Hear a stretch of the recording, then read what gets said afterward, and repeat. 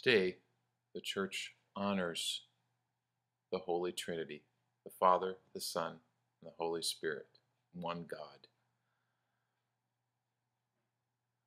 Now you may be wondering why the Church chose today's specific gospel, where Jesus mentions the Holy Trinity,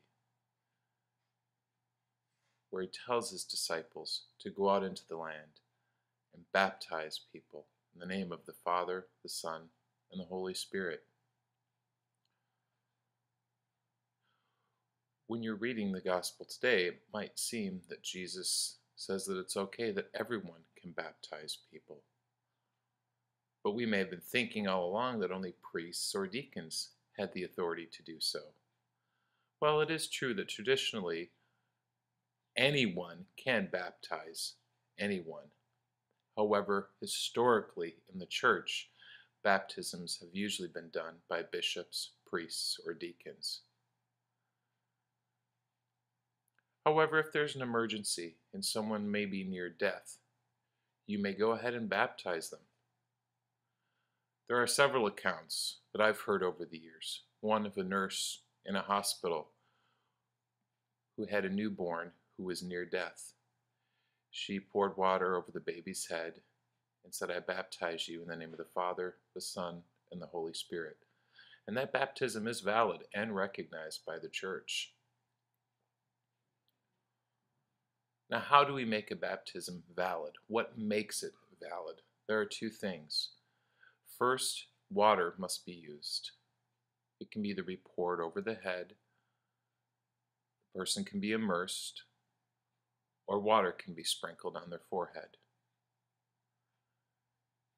And then you also have to say the Holy Trinity formula.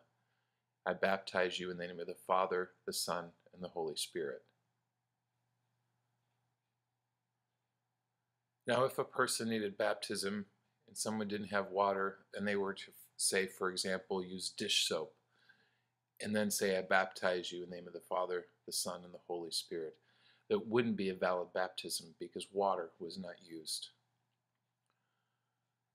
There's also one case that happened in Australia where a priest did use water, but he didn't follow the Holy Trinity formula.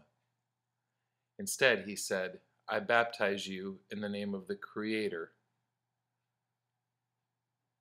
the Liberator, and the Sustainer. Later on, when the bishop found out, they had to find every person that had been baptized in this manner and call them back to be rebaptized. This time they brought in another priest who did follow the proper formula, using the Holy Trinity formula, saying that I baptize you in the name of the Father, the Son, and the Holy Spirit. I've been talking a little bit about baptism, so I would invite you, even though I assume you may already be baptized, whether as a baby or as an adult, it doesn't matter. I invite you to pray for your godparents and your parents, people who brought you to be baptized. Pray for the priest and the deacon who baptized you, whether they're living or deceased. Pray for them. And also, if you're a godparent and have a godson or goddaughter, pray for them as well. Thank you, and God bless.